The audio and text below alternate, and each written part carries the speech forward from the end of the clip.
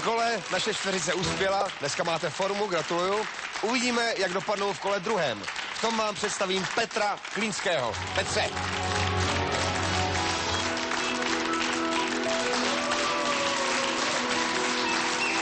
Pozor na ty věci.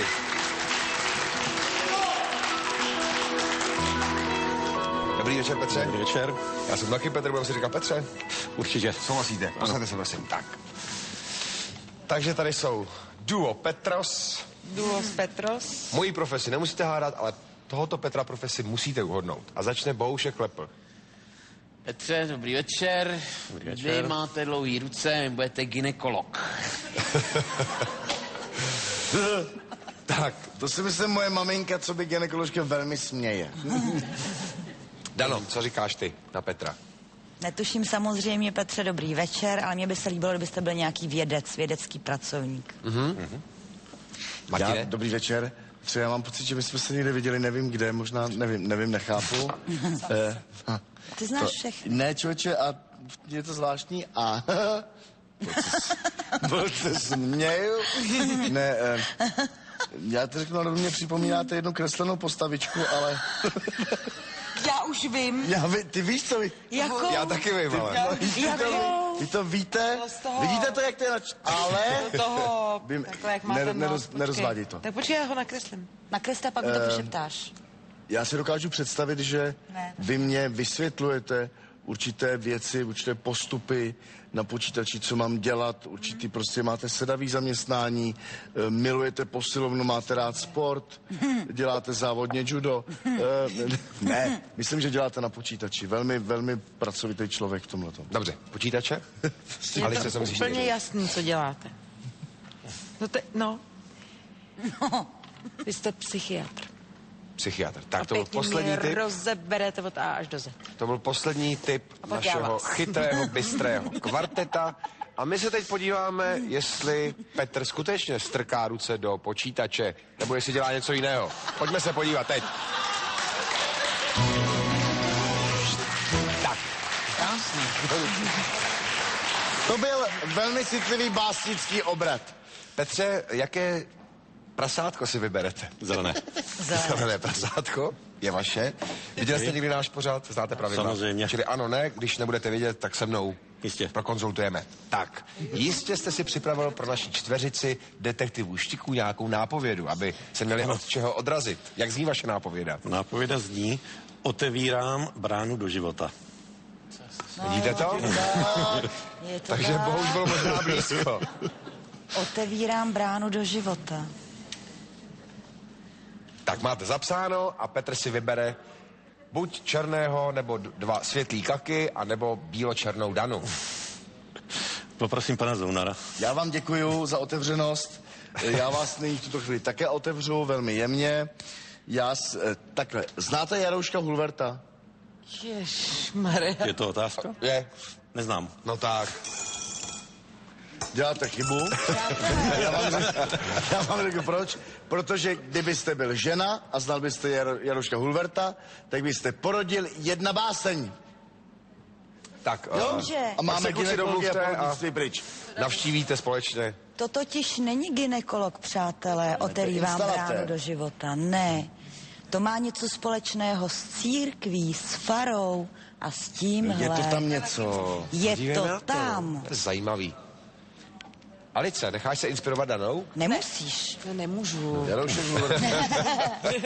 Já to nechám Danujce, to je její myšlenka. Já se zeptám na to zdravotnictví. Jestli vaše profese má něco společného se zdravotnictvím. Nemá. Nemá. Děkuju.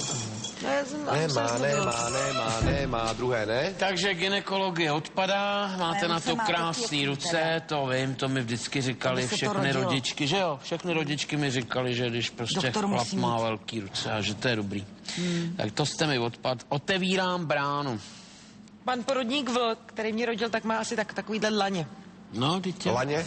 Dlaně. Dlaně pro mě. Dlaně, ne. Jaroušek má, ale úzký zápisí, to je důležitý. Ale není gynekolog, tak to není důležité. Jasně, to už není důležitý. Petr otevírá bránu. Otevírá bránu zřejmě ne na statku.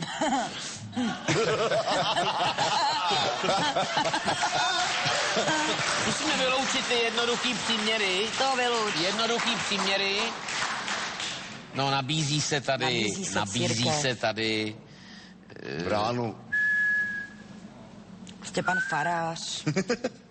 Tudy bych šla na to. Jsou tam v tom, můžete pracovat i s miminkama, ale. Ne. Ne?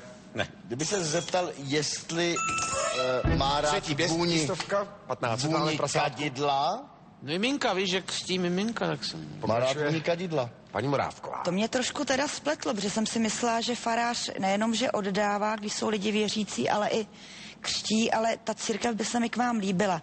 Má něco ta profese vaše společného s církví? Většinou ne. Ne. Ne. Tak to jsme úplně Tak jsem vedle, omlouvám Církev jsme se. vyloučili. Vy Většinou ne. otevírat bránu do života. Já si myslím, že tomu, komu ji otvíráte, ještě si tak úplně není vědom, že mu ji otvíráte. Je to tak? Pedagog? Není, protože on si je vědom. To už je člověk, který si je vědomý, že Jo, tu bránu Si je otvíráme. vědomý, jo. Že to není miminka děti. Hejte, víte, co si myslím? Víte, co si myslím? Že jste pěkně vedle. To nic tak. Alice, pojď. Pardon. Má vaše profese něco společného se vzděláním těch druhých? Je hezky, Aličko. No, to je jasný, no tak Hezky. Komenský, no jasně, že to tam Jakože jde. pedagog? Pedagog. labirint světa a ráj srdce. Srdce. Zeptej se, jestli ví, co to je. Měl že- hrozný dluhy, Kdy má Komenský. narozeniny Komenský? Bránu do života. Ne, Komenský Jeden skáká z okna učitelů. na ženský. To je... to byla písnička, co zpívali, že ona? Něco společného se vzděláním. Se vzděláním. To vzdělání Ne, maturita tam je něco, tam je začíná první maturita. třídou, čili v Ne. Ředitel gymnázia. nějakých Zkoušky 7 letech, dospělosti, dejme maturita. tomu. Maturita, otvírám brány do života, maturita. Ano, Ano, protože ano, pedagog. nerodíme, ani nekřtíme, to znamená, ještě Ta vaše nebude... profese Promiň. bylo zapotřebí, abyste studoval třeba vysokou školu? Ano. K tomu, abyste mohl... Má něco společného s pedagogickým vzděláním? Ano. Ano. Tituly.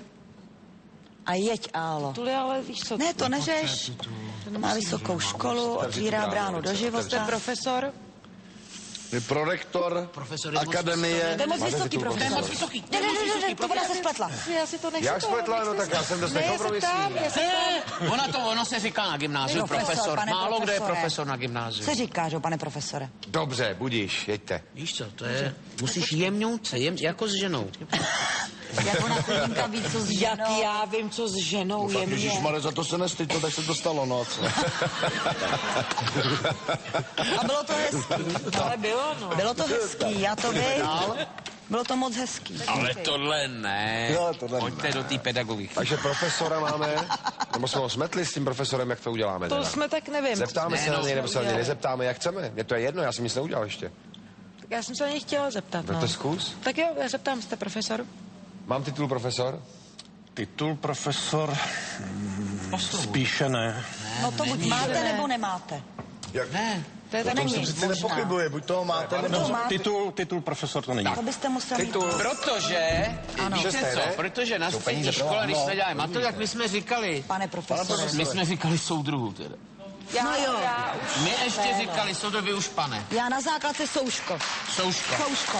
Ale je fakt, že na Gimplu se to říká, A nemusí to ale být vlastně pravda. profesura je už hodně mít. veliký To už je post. ten opravdu titul. Ale v podstatě lidově řečeno, Petře, vy jste profesor No. na střední škole.